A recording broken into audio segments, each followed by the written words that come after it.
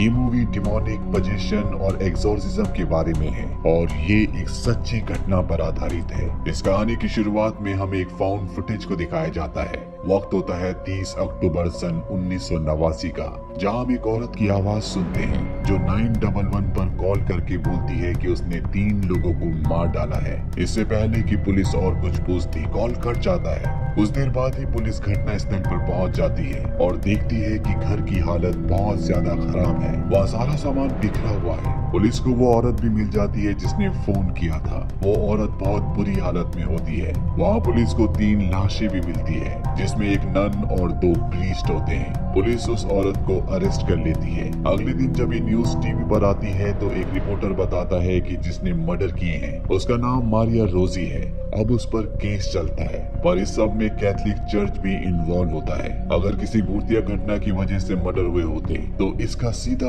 असर Catholic church पर होता, इसीलिए उसे सजा नहीं होती और उसे लाइफ टाइम के लिए मेंटल असाइलम भेज दिया जाता है, ये कहकर कि उसकी दिमागी हालत सही नहीं है। इस घटना को कुछ साल बीत जाते हैं। मारिया का हस्बैंड अपनी बेटी इजाबेला को उसकी मॉम मारिया के बारे में सब कुछ बता देता है, पर ठीक 3 दिनों बाद उसकी मृत्यु हो जाती है। अगले दिन मारिया की बेटी इजाबेल अपने बचपन के वीडियो क्लिप्स और फोटोज देख रही होती है। वो अपनी माँ के साथ बिताए हुए पल याद कर रही होती है और बताती है कि उसकी माँ एक रहमदिल इंसान थी, मगर जब वो 6 साल की थी तो अचानक से उसकी मॉम का बिहेवियर चेंज हो गया और इजाबेला अब जानना चाहती है कि उसकी मॉम के साथ क्या हुआ था। इसीलिए वो फैसला करती है कि वो अपनी मॉम के ऊपर एक डॉक्यूमेंट्री बनाएगी। माइकल, जो कि एक कैमरामैन है, वो उसे अपने साथ चलने के लिए कहती है। माइकल पूछता है कि तुम डॉक्यूमेंट्री क्यों बनाना चाहती हो। इजाबेला उसे बताती है कि वो उस हादसे की रात को जानना चाहती है कि उसकी मॉम के साथ क्या हुआ था। इसके बाद ये दोनों के दोनों इटली पहुंच जाते हैं। इजाबेला अपनी मॉम से 20 साल बाद मिलेगी, पर इससे पहले वो रोम के एक हॉस्पिटल में जाती है जहां वो एक्सोर्सिज्म सीखती है। उसकी वहां 2 प्रीस्ट से मुलाकात होती है जिनका नाम बेन और डेविड होता है। उनसे मिलने के बाद इजाबेला अपनी मॉम से मेंटल असाइलम मिलने जाती है, जहाँ डॉक्टर उसे उसकी मॉम से मिलने की परमिशन दे देते हैं। वो अपनी मॉम से मिलती है, पर उसकी मॉम उसे पहचानने से इनकार कर देती है। उसकी मॉम बार बार एक ही बात बोल रही होती है कि इन कट्स को जोड़ दो,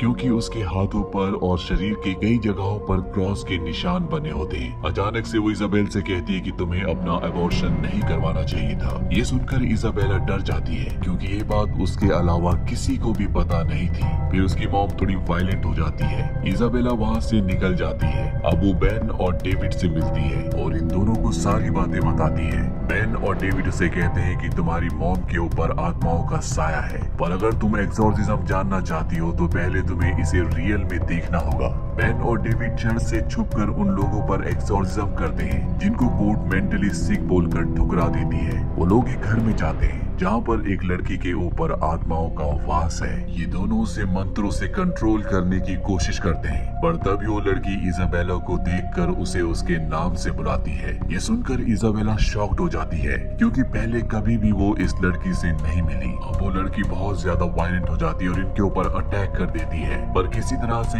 ये उसे अपने कंट्रोल में ले आते हैं और उसे पूरी तरह से ठीक कर देते हैं। इसके बाद ये सब अपने घर वापस आ जाते हैं। इजाबेला डेविड और बेन से ये प्रोसेस अपनी माँ के ऊपर भी करने को कहती है, पर डेविड थोड़ा सोचता है, पर फिर वो मान जाता है और अब ये सब के सब मारिया के पास पहुंच जाते हैं और उसे भी अपने मंत्रों से अपने कंट्रोल में करने की कोशिश करते हैं, पर मारिया को कुछ भी नहीं होता। जब इन्हें लगता है कि मारिया ठीक है तो ये सब वापस जाने लगते हैं। अचानक मारिया वायलेंट हो जाती है और इन पर अटैक करने लगती है। तभी वहाँ पर हॉस्पिटल स्टाफ आ जाता है और इनके प्रोसेस को रोक देता है, जिस वजह से इनका प्रोसेस अधूरा रह जाता है। अभी लोग घर वापस आकर उस वीडियो फुटेज को देखने लगते हैं जो इन्होंने रिकॉर्ड किया था। बेन बताता है कि मारिया 4 अलग अलग भाषाओं में बात कर रही थी। मारिया के शरीर में काफी सारी बुरी आत्माओं का वास है, इसे मल्टीपल डिमोनिक पोजेशन भी कहा जाता है, जिसमें एक ही इंसान के अंदर कई सारी आत्माओं का वास होता है। पर अब डेविड की नाक से खून निकलने लगता है, जिससे वो परेशान हो जाता है। उसकी तबीयत खराब होने लगती है, पर फिर भी वो सबको झूठ बोल देता है कि वो ठीक है।